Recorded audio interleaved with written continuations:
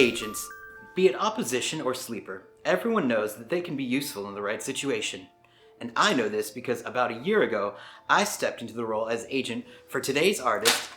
Ow! Ow! No, you don't. You don't get to steal my moment from me. I am the agent of Greg Bobrowski. Now, as I was about to say, Greg just debuted in Magic's Unfinity set. But before I've had the pleasure of getting to know him, it has been a pleasure getting the chance to learn all about... ye cursed one, wretched one. Oh, God, ow, ow. I'm Greg's agent. I'm Greg's agent! I spilled holy water on myself. God, I can't hold this. Oh, burns. Ah, ow. Truce. Okay. Truce. Oh, Okay. God, that burns. I didn't think that, I thought these gloves would cover it. Are they cursed mittens? I don't know, I got them off of Amazon. Well, they have to be cursed mittens for a vampire to handle them. I'm sorry for this. I love Greg so much. So do I. And today's supposed to be all about him. If I was him, I'd fire us. Well, he's much more compassionate than we are. Shall we get to the interview? Yes. Ladies and gentlemen, we are proud to introduce Greg Bobrowski. Thank you for taking the time to talk to me today. Thank you for inviting me. Now, we have a bit of a prior relationship. I think I should be full disclaimer that I actually am Greg's agent, but we met under some cool circumstances. So maybe you could tell me a little bit about how we met, because I don't remember because of all the drinking. So all drinking, yeah. Yes. Well, as I recall, we were joined together by our common friend, Jerry. Thank you, Jerry. Jerry, yeah. It was I don't know. I don't really remember what exactly time was. It was about a year ago, more than a year ago. Jerry reached out to me. He was interested in buying some original art for Arkham horror game I did. And that was actually a very funny moment for me, because about that time I realized that I didn't really have a lot of original art. I was doing digital work mostly, but I had some early sketches for a few pieces, and he liked one a lot, so he bought one, and thank you for that. And that was very important to me, because it was the first time someone really bought an original from me. It was important, yeah. So then he sort of gave us a brief introduction, and we sort of took the jump, and because I've never really done it, I was testing the waters, and around that time you had just sort of the information to come out that you were working with Wizards of the Coast. At that time, was not aware of what it was going to be, but it ended up, and we can say this now because now it's public knowledge, but it ended up being the Unfinity set. So we might as well jump into the story of how Unfinity happened, how you were asked to join Wizards, because I love the story. I think it's great. So tell us that story. Okay, I suppose it was similar to many other artists who are working on Magic today. I got reached out by Down Murin with a question if I was interested in doing some magic work. That was, I wished I was doing magic work for years, but I didn't really expect that. Actually, I was so down on myself at that point. I was considering giving up illustration. Entirely, you were going to quit entirely. Yeah, I was thinking, I will get some, job at petrol station or something like that. That was a critical moment for me. Anyway, Down wrote to me. I checked twice if that isn't some kind of scam email. It turned out to be legit. So I agreed, and I was very happy. Dawn Murin is she's a legend in the game as an art director. What was it like working with her? Wow. Well, it was great actually. I didn't feel any kind of uh, tension between us. It was very straightforward cooperation. I actually did everything she wanted me to do, and she was pretty happy with the results. I think I, I think I really liked working with her. I hope we'll have the opportunity to work in the future too. Uh, there's not much else to say about this, because Mm-hmm. it's so straightforward. Like there wasn't any push and pull on either side, and it went very smoothly. It was great joy and pleasure to work with her. Is it true that you communicate, you gesture with your legs? Yeah, that's true. What? Okay, so give me an example of how you gesture with your legs, because I use my hands a lot. I got the Italian stuff going on. So, how would a leg gesture go? Like, describe that to us, because I don't think you can film it. But how's that work? It's hard to explain really because it's something common for like to me. My feet are working constantly when I'm laying in my bed or something like that. When I'm sitting with people talking, I constantly change my legs. I put one leg on the other and the other way, and I do a lot of this movement, but with my feet. I don't know why it is, but I can't really fight it. It's these are my legs. That's interesting. Hey, my mom can shoot the middle finger with her middle toe. Can you do that? Middle finger, Like or it's like the middle toe. She can shoot it up like it's like it's a. Oh, I don't think I can control my feet to that extent, but I have pretty big, I can do a lot with my feet. I suppose if I lost my hands, I would be painting with feet. That would be the coolest video ever. I think if you ever want to try to do a video of you painting with your feet, I think it would be fantastic just for like the effect, just to see it. But to bring it back, so let's take it back to the young Greg, the Greg that realized that he wanted to be an artist. What was that age where it became for you something you were going to actively pursue, and you were not going to be dissuaded? You were going for it. It wasn't that long ago. I decided to go and do some freelance work around 2013. So it's less than 10 years. It's actually 9 years this year.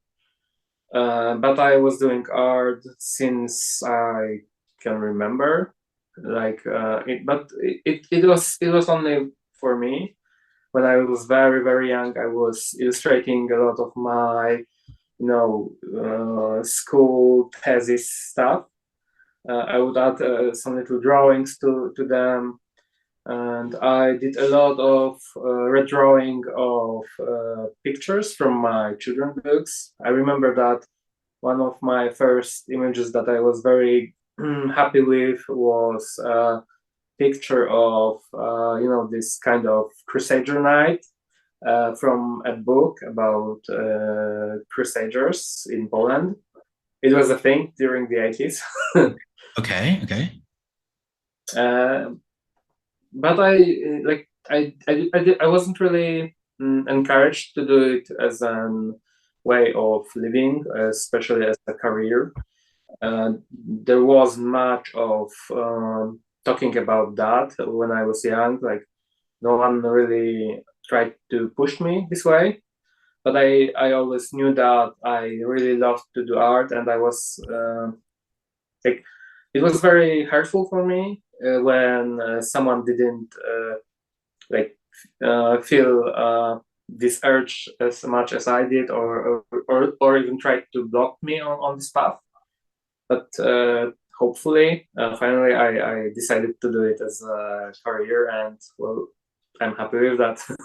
Yeah. I have no regret. Yeah, I mean, well, yeah, and that does hurt, right? That when people don't support you, when it's obviously that you're trying to do something that you love and you're working to do. Yeah, like my family was a lot of hardworking people, and to them, not pointing like specific people, but to them, making art was something like a hobby mostly, Mhm. Yeah. or like artist was this poor person that was doing some kind of caricatures in big cities, but it was not a way to sustain life. So I had this idea put into my head long before I could even decide for myself. And I had to do a lot of work just to put this idea aside, Right. get rid of it. Yeah, it's you have to reprogram your sort of your like way of thinking, because if you're told that, being an artist is something that's not a real career, it's not something that has a future, even if you are an artist and you are someone who believes that, you still carry part of that voice in you, right? Yeah, you can't shut it off completely. Like you can try, but it will hurt you. That is like a force in you. Like you cannot oppose it like entirely. Yeah, I think it takes I think a lot of therapy helps. Therapy stuff like that helps, and then also just working, right? Working on the stuff that you love. Like I know we've talked about how for you painting, just working is what can make you feel better about everything. It's very therapeutic. Like for me, doing drawings, painting, is the time I can manage my feelings. I can.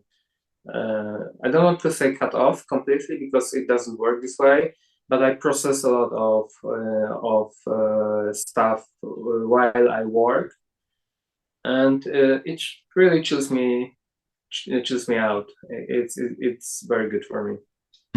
It's got a cleansing quality to it. So we're gonna flash forward.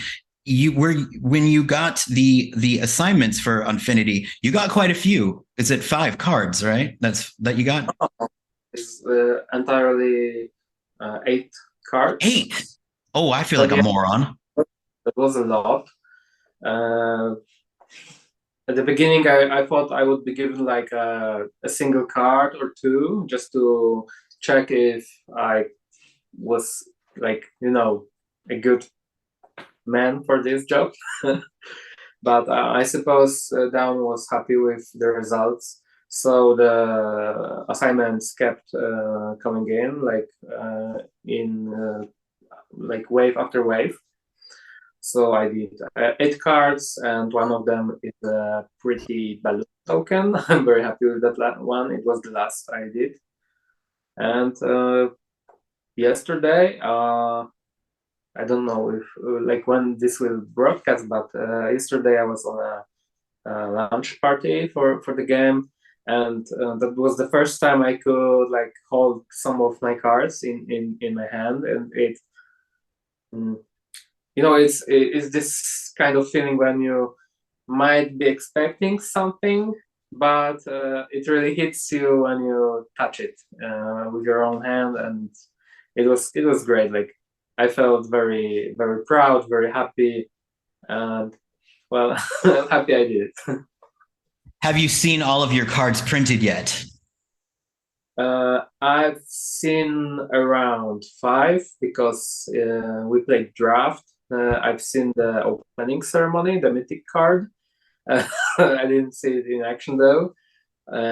I've seen that someone pulled off the black hole card. This is pretty cool card. I've seen this one with because I remember some of the art by the British names and Yeah. differ, but the one with the girl attached to a rocket, like a fast forward, and And have you seen Ticking Mime Bomb yet? Did you see that one yet? yeah, I pulled it. I pulled it and used it during 2 of my games, and it works pretty great. Yeah. I mean, I would say so. I opened some Unfinity yesterday and I did not get any, and I was very mad at the universe. So I'm going to give it another shot. But I want to know, which one do you think, if of the ones you've seen, which one do you think is your favorite in its final form? No, I really like the Ticking Mime Bomb. It was like I don't do a lot of character work. I do most the environments. So at this, I now see that I really tried hard to make it look good, and I'm pretty happy with the result. I like the one with the goblin guy in a dumpster. That was really fun to make. I was thinking, what, the magic card with like this? But okay. He's a dumpster diver. He was like a eco-friendly goblin. Anyway, I like the Ticking Mime Bomb the most. I suppose I really like the two that were the last wave, because at that point I decided to make like more detailed drawings for them. I just felt like it was a transitional moment for me.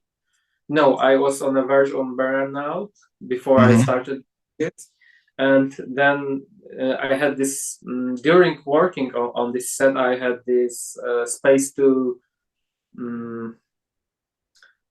make some changes in my process, to reevaluate some things, and I decided I want to go more into traditional work.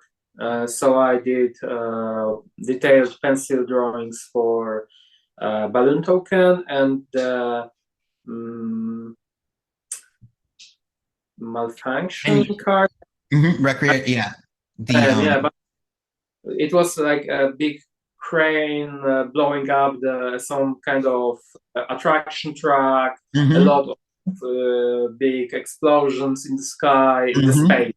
It was very funny, very crazy card, and I really like the effect, because at that point I saw like with my own eyes that spending some more time on the draft stage and not putting that time solely on just rendering stuff, it gives a lot, like a better effect, at least for me, because I had everything planned beforehand. I knew that what forms were there on the picture, what were the values, and I think it was like a big step for me, important step, and I stick to that a lot.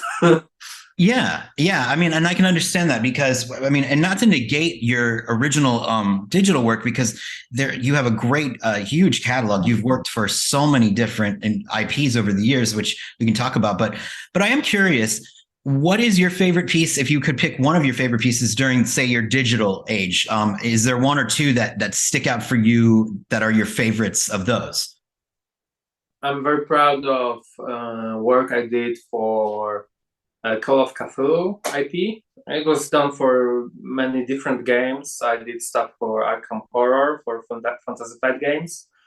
I did some stuff for Polish version of Call of Cthulhu RPG by Chaosium and Black Monk Games. And from this one, I really recall some artwork I really like to this day.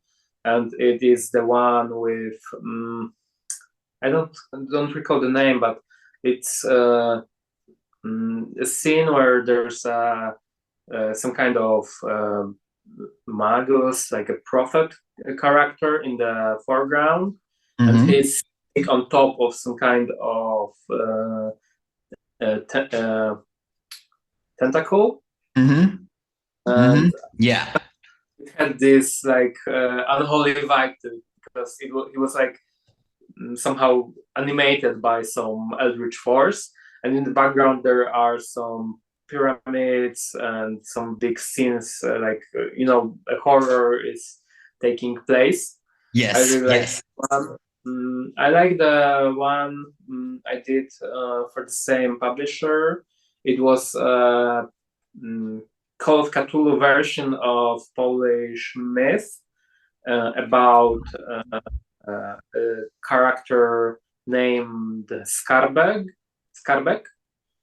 It's a like a mythical creature that haunts gold mines and especially a salt mine in Wieliczka near Krakow. Mm-hmm.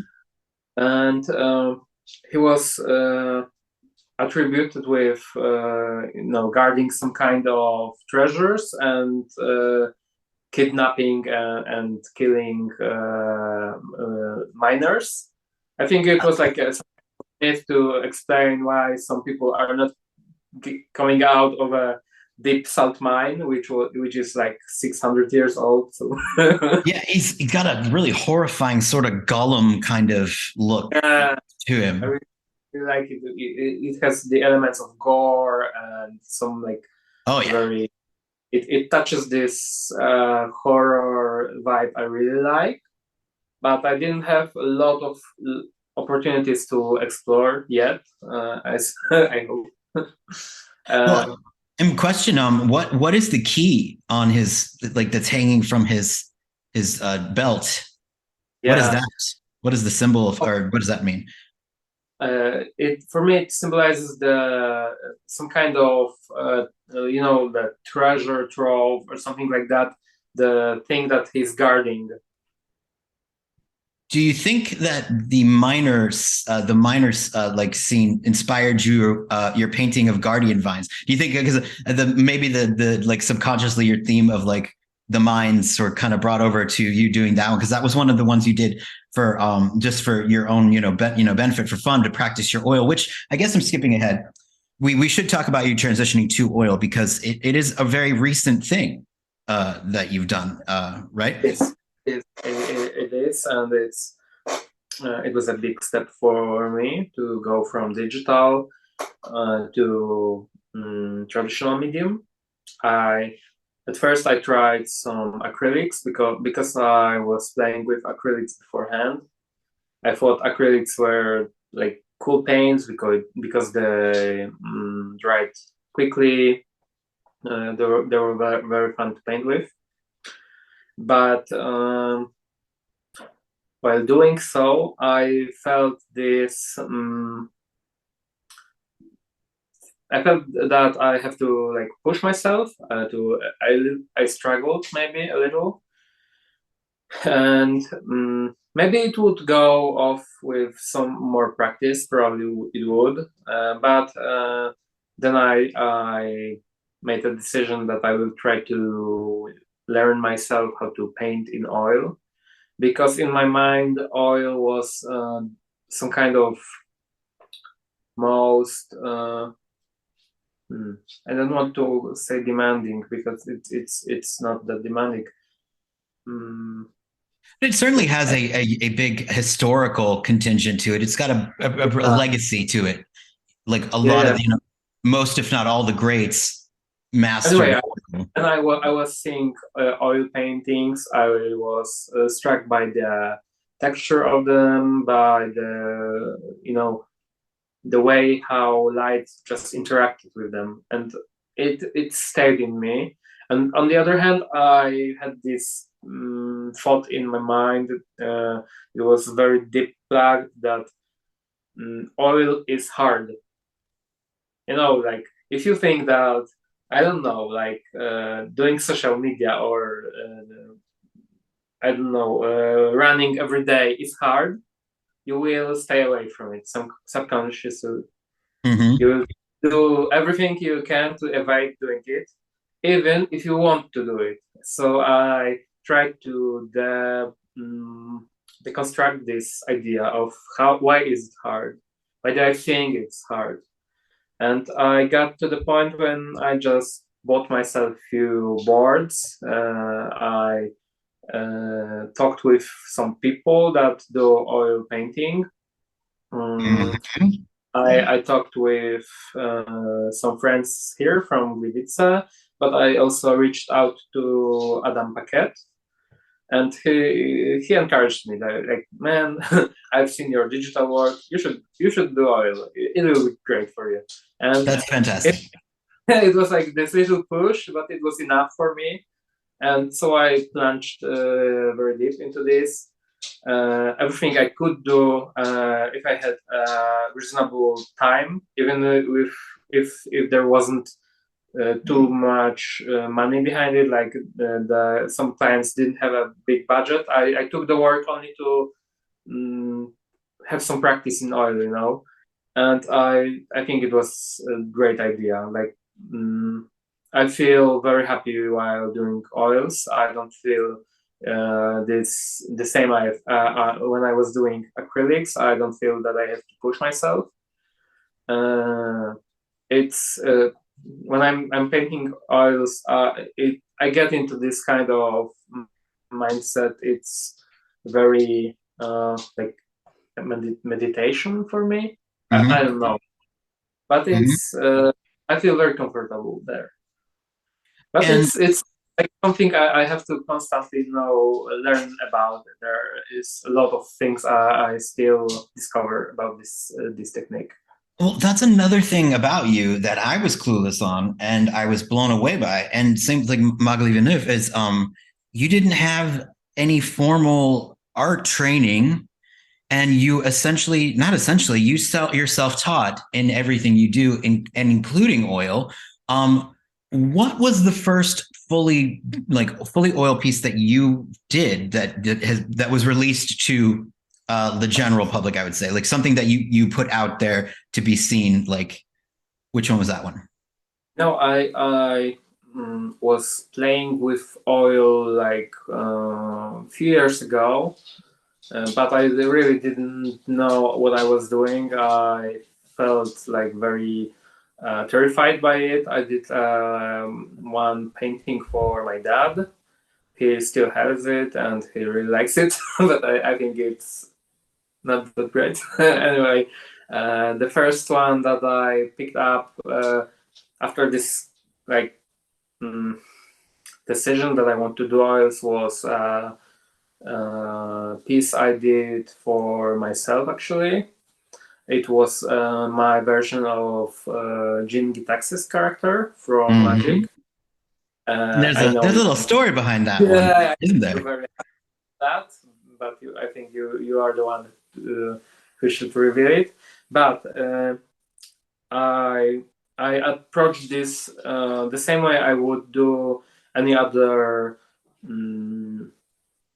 let's say, commission. I did a lot of research on this character.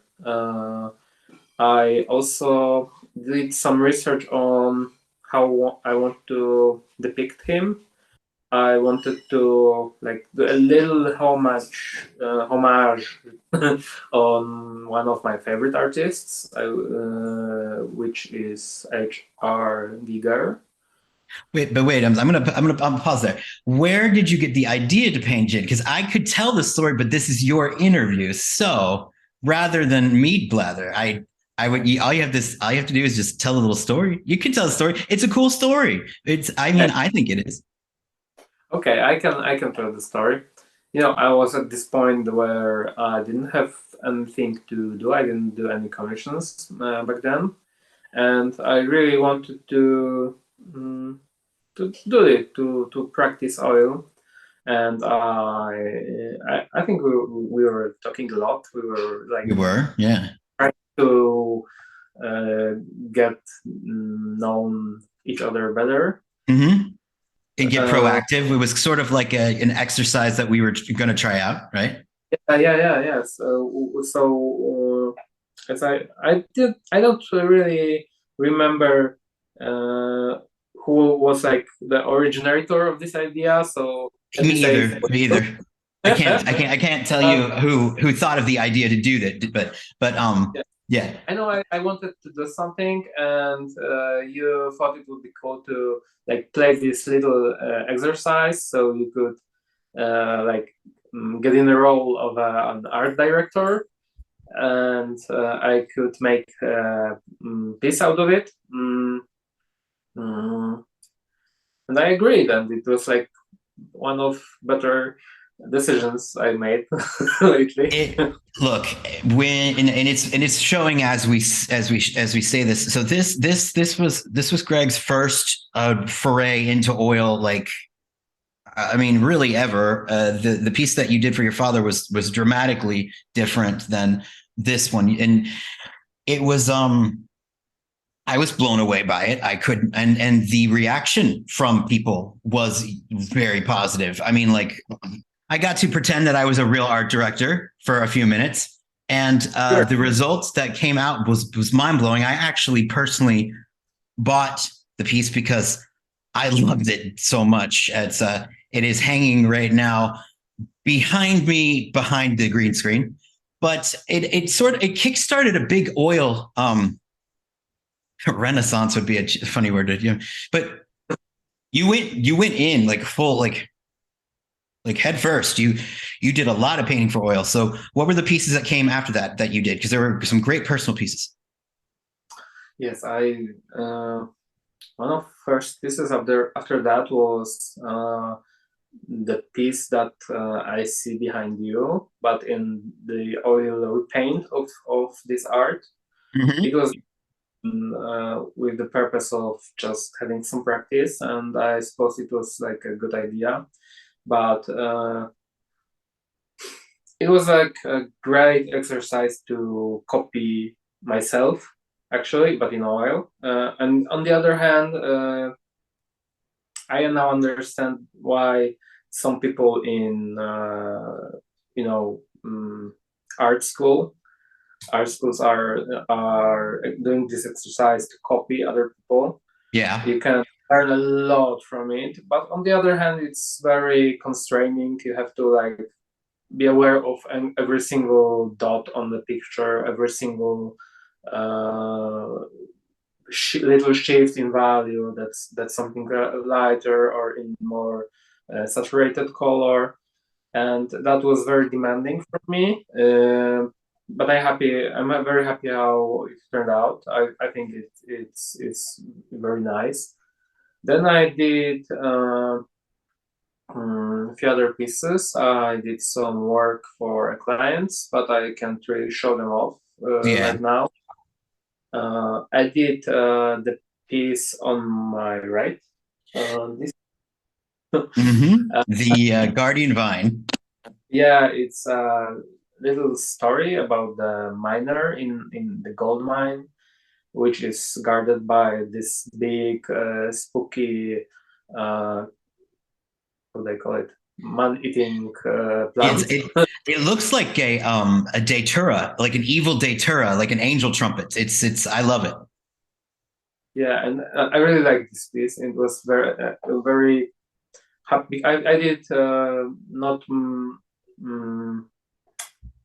much longer after I finished this repaint, so it was great because I just had opportunity to paint something I wanted and just play around. And then I did some more client work. I cannot show off, but I really want to. Yeah. Never bad to have NDAs going on. I did some little side project for fantasy shop owner from my city. This is the place it's there. This is the place I'm going in from time to time to play Commander. And you never played Commander or Magic really prior to being in the game, had you? I played Magic like a little when I was very, very young, when I was like 15, but I didn't really know what I was doing, and I couldn't grasp the whole game as a concept. And then I during the lockdown, I suppose I played a little on Arena just to have some chilling time because there wasn't much more to do at that point. And then after actually I did work for Magic, I got interested into this strange new format of playing, like Commander. I didn't really know what it was. I just knew that there was like this sort of henchman character. And, you have a bigger deck, and there were some other rules to it. But when I started playing Commander, I really got hooked quickly because it's great. I think it's the best format for this game, and I really like it. Like I'm still an active player. When I don't paint, I try to play around with my decks. I don't have that much time for this right now, but it's something I will be doing for a long time, I suppose. But anyway, back to the piece I did for this game shop owner. And then what's the name of the shop again? Name of the shop is the Polish name is Kraina Goblinów. The English name would be the Goblin Country or something like that. I think there would be a better translation for this. Goblin Kingdom or something would be better, I suppose. Yeah, that works. Yeah. Yeah, but he has this little quirk, like he collects all those cards where goblins are depicted. They are put behind glass shelves, so you can watch, and you can get this nice vibe. He's a really great guy, very warm and supportive. He helps new players. He helped me into Commander, getting into Commander. And he wanted me to paint a little goblin guy for him. I know what he wants to do with him, but I agreed not to reveal that right now. So we might not talk about it. Okay, but we can show him off though, right? Like I can show an image of. I call him Toki. I call him Toki. That's his name. That's his name to me. There was a game. And it's like a memory that popped off in my head. I played this game on when I was very, very young. It was called Toki, where you played this crazy monkey. And this Toki guy we're talking right now, he's like similar. He's very acrobatic. He's a jester actually, and he likes to show off some cool moves. Yeah. Are you serious? Yeah. Whoa. Okay. Can I just say, I nicknamed him Toki because of a completely different reason, and yet that's applicable. Wow. Wow. Yeah, it's just a coincidence. I don't know how the quality of this broadcast, but it looks great. But mind you, I can also juxtapose the actual scanned image too. I think that would be better. I really like. I tried some new approaches at this piece, and I'm really happy how it turned out. And wow, that is a coincidence. Like I didn't know that. You didn't tell me that in private. Like I'm blown out. That is so cool. Okay, so the first Magic card that the first Magic painting that you actually sold happened last week. It was a pretty cool experience to be a part of for me. I imagine it was for you. How did you feel that day? Give me the rehash of the day when you sold your first piece. Oh, that was crazy day, because I wasn't even supposed to watch the auction. Mm-hmm. I had plans this day. I was going to paint, like having the usual day for me. And I was supposed to be watching it. Unfortunately, I was being hit with a hurricane, so I didn't have very good Wi-Fi. Yeah, it was like, and as I said, it was a very, very crazy day. I just before I had already mixed my paints, had some media out there. I was planning, okay, and I will paint. I will only check out Facebook for a minute. I know it's not a good habit, but I saw It was that day. It was that day. it was that day, and it was that point because the auction was actually ending at this point, and I just saw it. Oh, people are bidding on this, and they're bidding high. I wasn't expecting them to bid so high, but anyway, at this point, you wrote me and another person. I was like, help! I can't update it. Yeah. Some people from Art Market also helped me because I at this point I really had to like take over on the running this auction. That was I felt awful. I still do. was like an accident. You can't really like expect to not being hit by a hurricane. But you know it went smooth after all. I got very excited. I couldn't sleep that day, and I didn't paint a sheet after this because I was so hyped. But it was a very fun experience. I like my wife was sitting around on the couch playing her favorite game, and I was, if people are bidding on my painting and the bid is this, oh my god, no, it's this and it's this, and it was like minute after minute that it was going higher and higher, and at some point I thought, man, this is like, I got very how do I say it? I almost cried at that point. Well, I mean, why not? It was a really awesome day. It was really cool.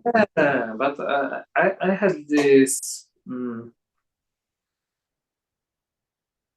It hit me hard because I didn't expect people to like it so much that they would pay this kind of money for a painting, and it was like a big hit on my. I don't know, this doubtful person in me. It was like I got affirmation. I was handed with the proof that, man, you did it, and man, you're like you're worth it, And it was, wow, it was very deep and meaningful moment for me, and it changed a lot for me.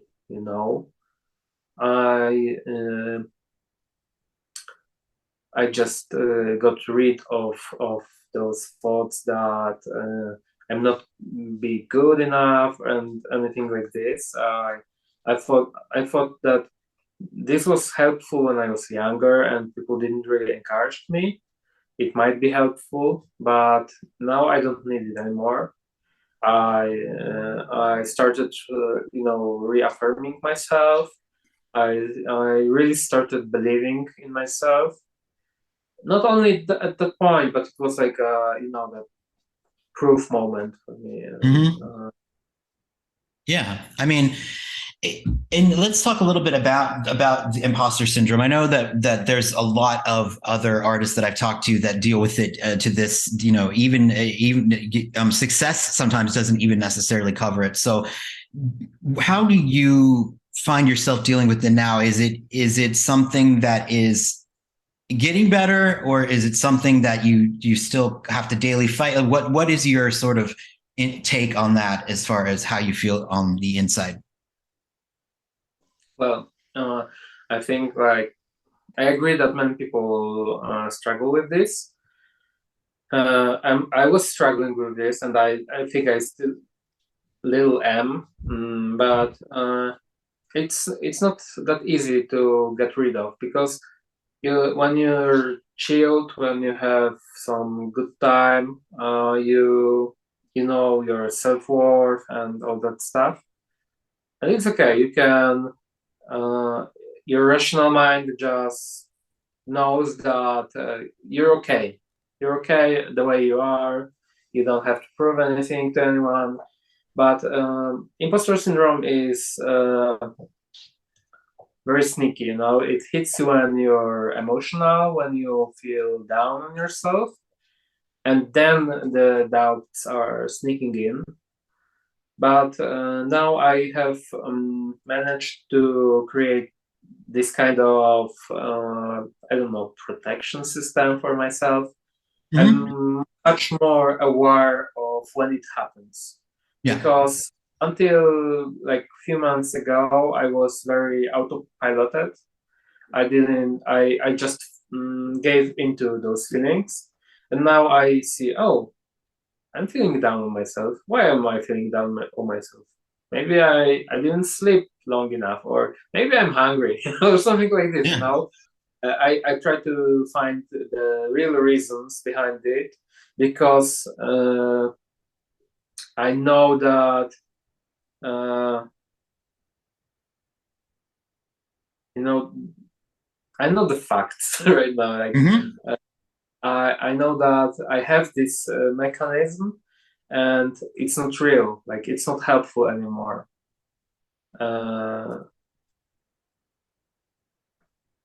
And I think I would urge everyone who struggles with this idea just to be easy on himself or herself, on themselves. Just I did this little experiment. My wife told me I could try. I just, the day some of my first cards were released, I stood before the mirror for 10 minutes with a timer, and for 10 minutes, I was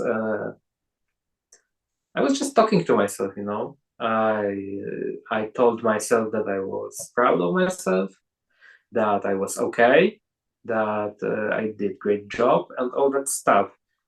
And it felt very difficult at at the beginning, because I had to shred off all these layers of doubt and all years of self-neglecting. But I think it was healthy after all. And now I do, like, every day I stay, I wake up, I see myself in the mirror, I try to reaffirm myself to me, that you are here, and it's not a random act. Yeah, a lot of hard work. A lot of hard work. I work my ass off to be here, and I have reasons to be proud of myself. And it's very important to start this process of giving yourself the helpful hand, because no one else will, probably. And even if other people are helping you, believing in yourself, if you don't start doing this, it won't matter. You have to get yourself out of this situation, out of this thinking, because it's not true after all. Exactly. Exactly. I mean, and I have to say this because I have some a little bit of background on you. When I first met you, you were a completely different person. You were not keen on any sort of social interaction. Me working with you was to be somebody who was the person who did all interactions. And now, I mean, you are, as you're out there, you're talking, you're changed, and it is something to really be it's something to behold. And also, when you were talking about people giving you advice and believing in yourself, you've had some interactions with some great artists. Now that they've got some really awesome interactions with some people who are legends in the field. What was some of the aside from Adam Paquette, who are some of the people that you got really good advice from, or just got some great support from? I love that kind of stuff. So let's do a little name dropping. Well, first of all, I should mention people that believed in me the most, even in moments that I really doubted myself. These were the people from the artistic collective we formed together some time ago. Mm-hmm. These are some great artists. I should name Mariusz Ganzel, I should name Tomek Larek and Tomasz Jędruszek.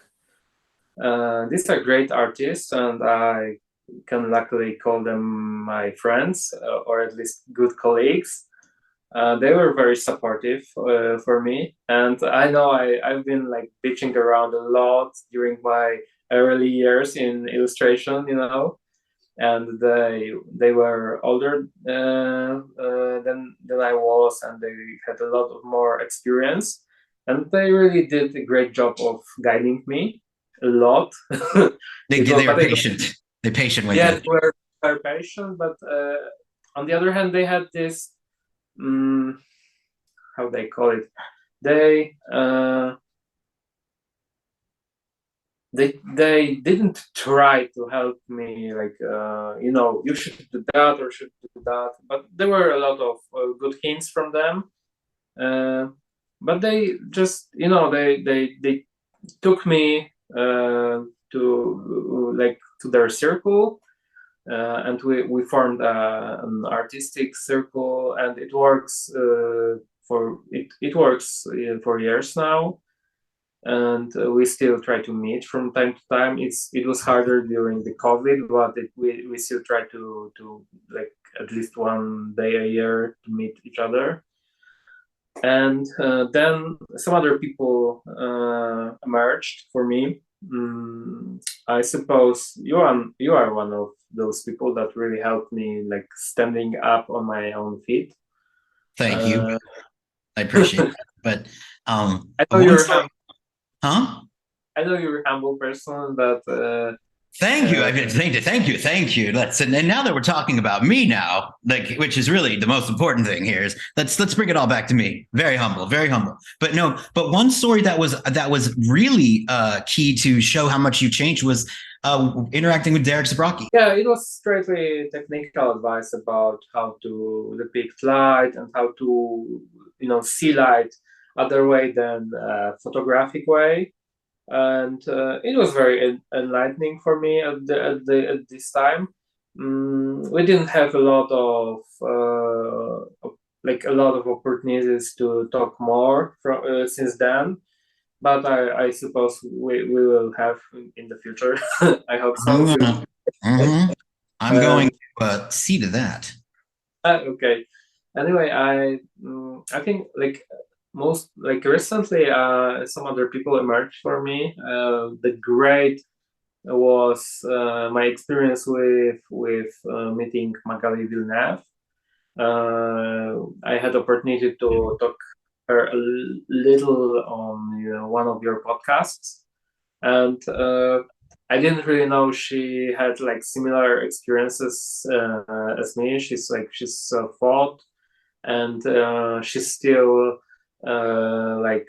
fighting her imposter syndrome. Mm-hmm. And she actually told me like one little thing that was very, very relieving. After all, she told me that it never goes away, really. Like it will emerge at the points when you have to do something new out of your comfort zone, but you can get used to living with it and you can manage it. So it was like, oh, I will be okay, Yeah. She's a person, and since then, I feel that she's like she's watching me, like getting out. She's like a guardian artist. I don't know. I think so. I think she would like that term. I feel like she has very I get the impression she's very supportive of you, very protective of you, very making sure that you are, Well, I took her as a, she was very cool, and she was very, very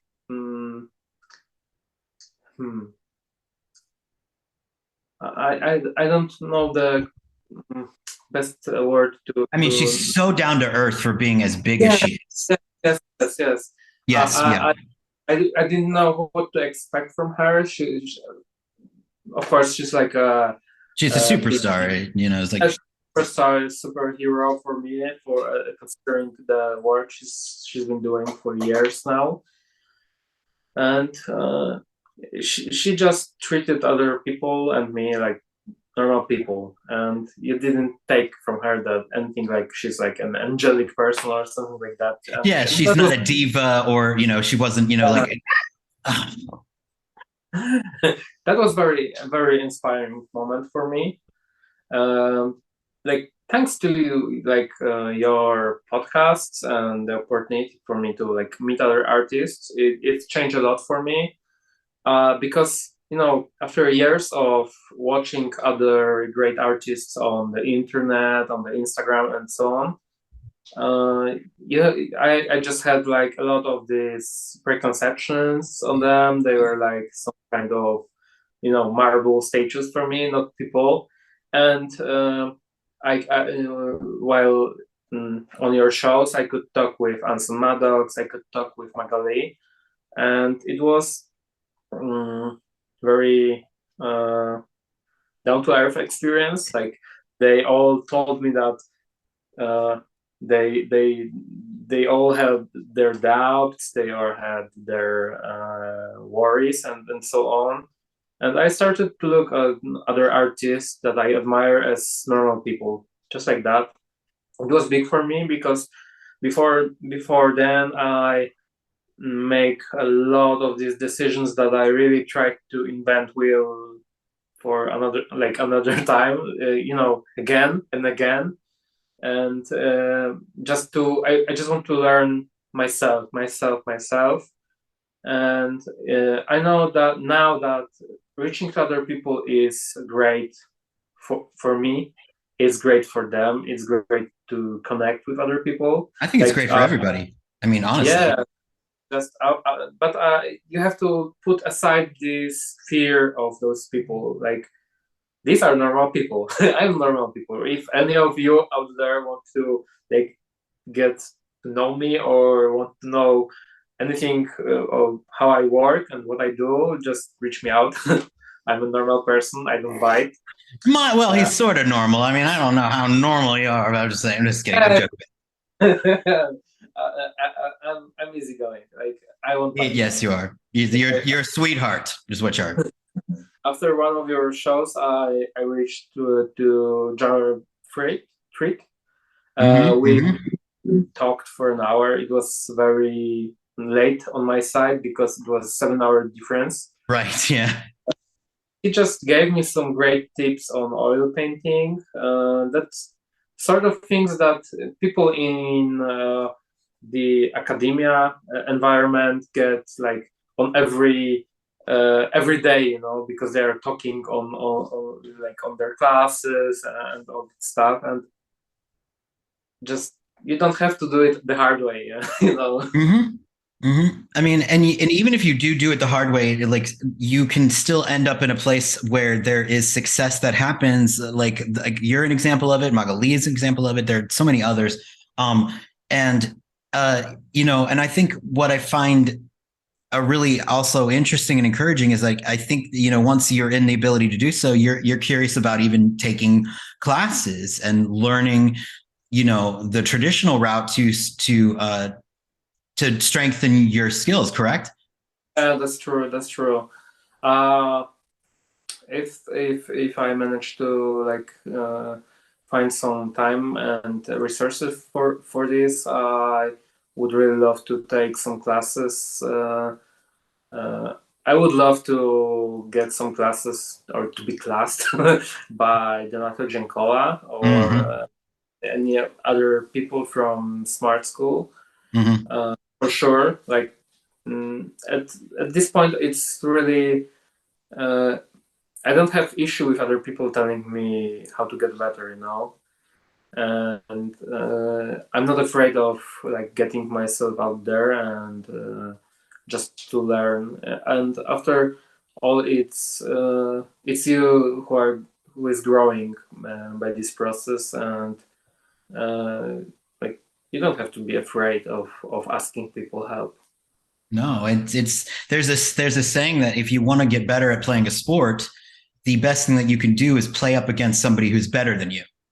And That's true. it's the same notion with anything. If you want to get better, uh, get schooled by somebody who can kick your ass. I mean, there's nothing wrong with it. You will be better once it's over. And it doesn't have to be like you don't really have to get onto a class with that person.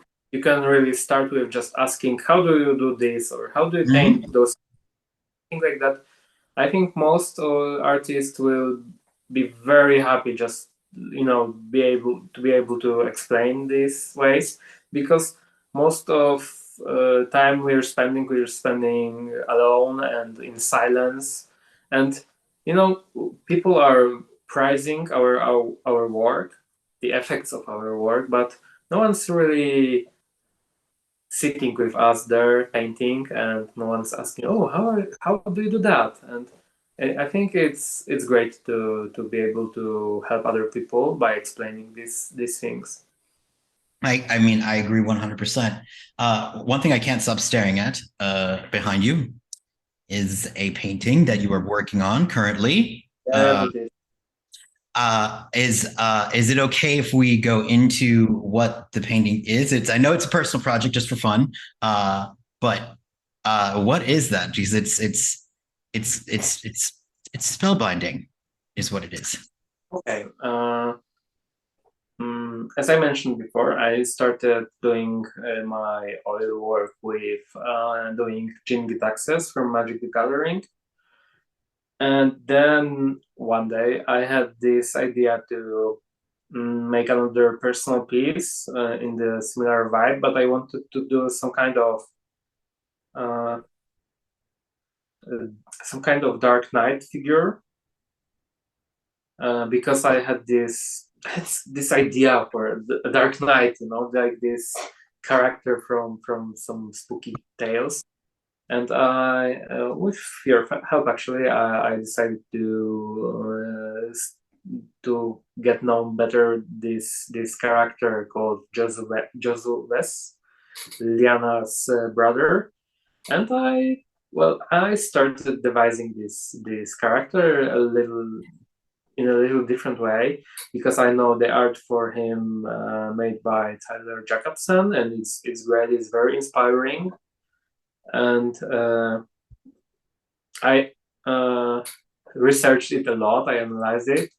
Then I had an opportunity to look up some information on Cabal Knights and the whole Cabal from Magic the Gathering style books. It's great because I didn't work on this part, and it was like handed to me at the moment I really needed it. And I started with just a little drawing of a knight surrounded by some zombies, because this is how I imagined Josué as some kind of dark knight leading his undead horde to attack another town. And I ended up with bigger than usual, for myself at least, painting. And again, it was like some kind of exercise for me just to get practice, but it stayed for longer than before with me, because I started it a few months ago. Then I had some client work, I had to put it away. I learned a lot during that time, and then I was able to transfer this new knowledge onto the painting. And now I think it's close to the finishing line.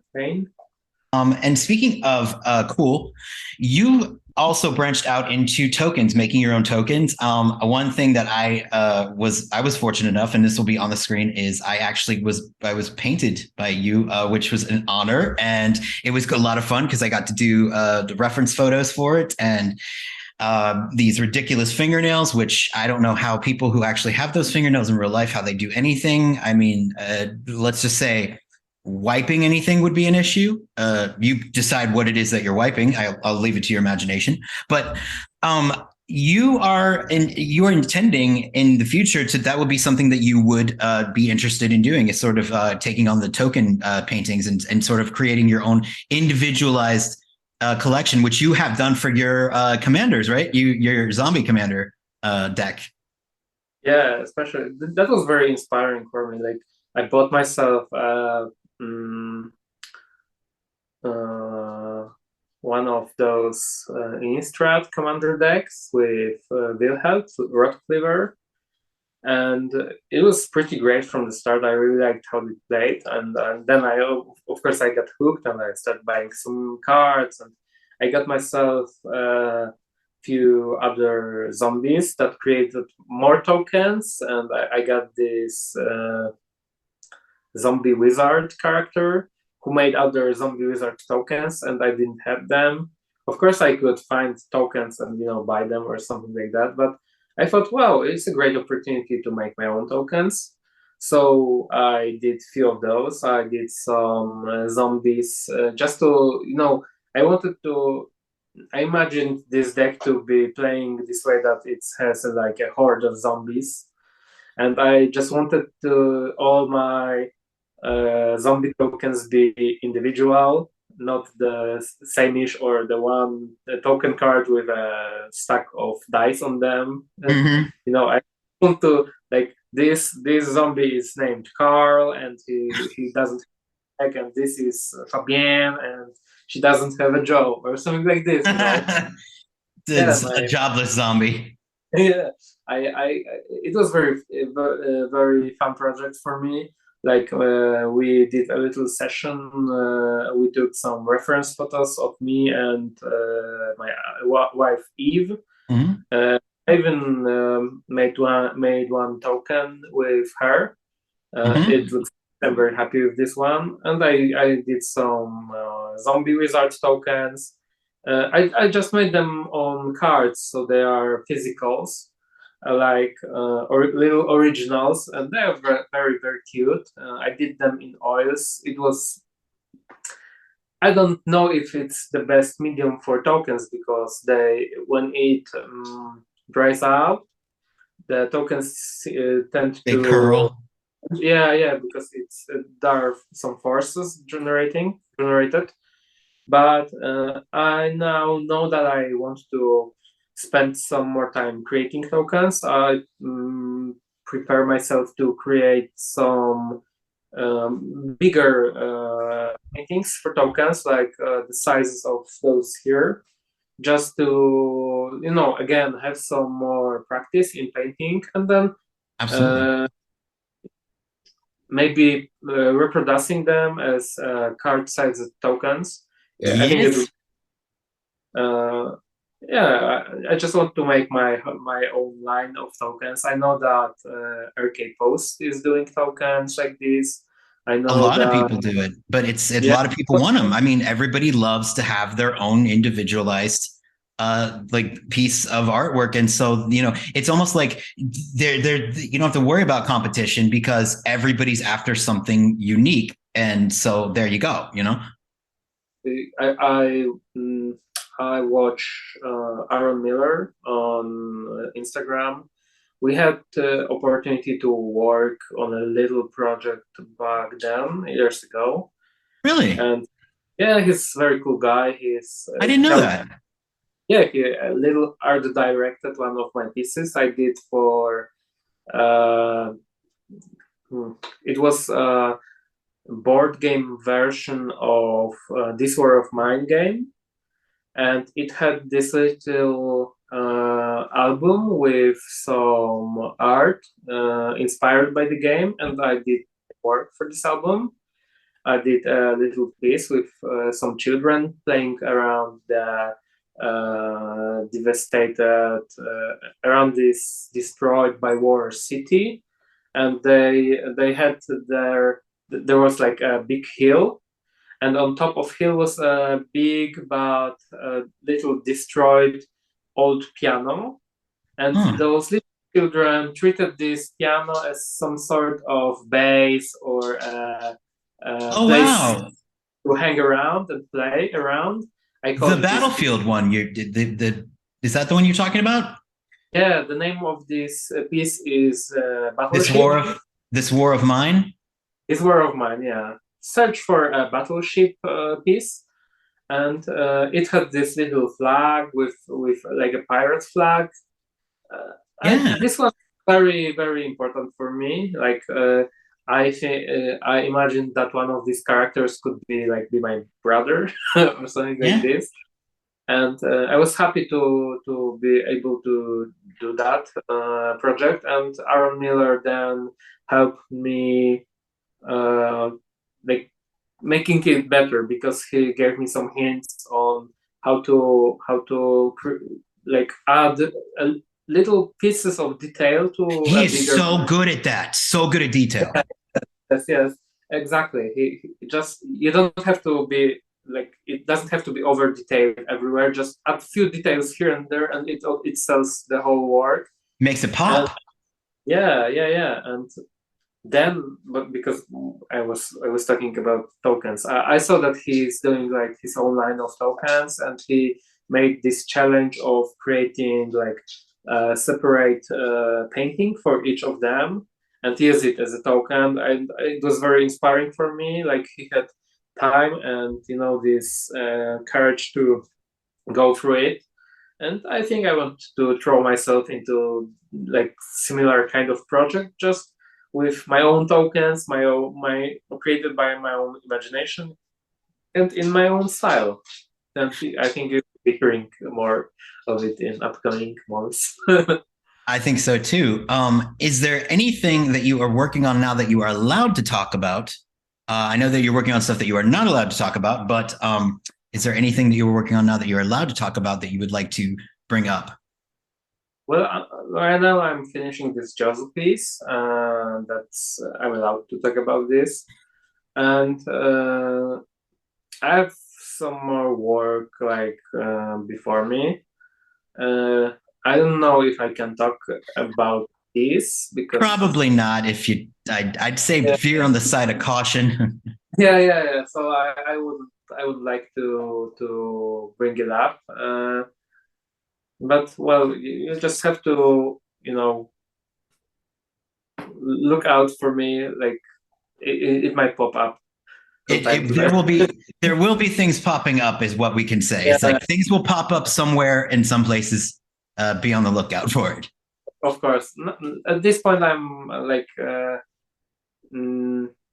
I'm very happy with this moment, because we are all thrilled by the Unfinity premiere still, and we're trying to feel it, feel ourselves with all that happiness. Yeah, in fact, one of your auctions goes down in 2 hours from this interview. So yeah. Yeah, that's true. I don't think it's if I say right now, just go there and bid, I don't think it will be out there. It's not. Yeah, they could go there and bid, and then they'll be like, oh. Okay, so don't go there and don't bid, but it will be over by then. Yes, unless I release this video in 2 hours. You can watch out. There will be more of my original pieces circling around in the future. Oh yes. There are some I'm watching right now, and I'm very happy with, and I really can't show them off. So. I know. That's the catch-22, right? It's like, damn. Well, Greg, it has been wonderful. Thank you so much for talking to me. It's I still continue to learn stuff about you, and I'm so proud of you. And this will be the first of many times we chat on the channel. So thank you for taking the time again. Thank you for having me. It was great talking with you. And scene. I'd say that went excellent. The interview? Yes, totally. But we really did make asses of ourselves. Sorry again for fighting. Me too. Can I ask you a personal question? Sure. Where do you get that holy water from? I mean, doesn't it have to be blessed in a church and everything? I have a confession. Promise you won't get upset. Okay, I promise. It's not holy water. What is it then? It's hydrochloric acid. No way. Did you make it in a lab? No, got it off of Amazon. Wow. Can I see it? Sure.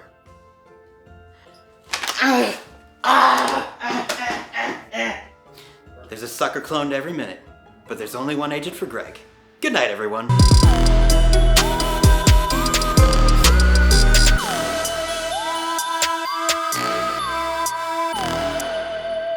Bye-bye.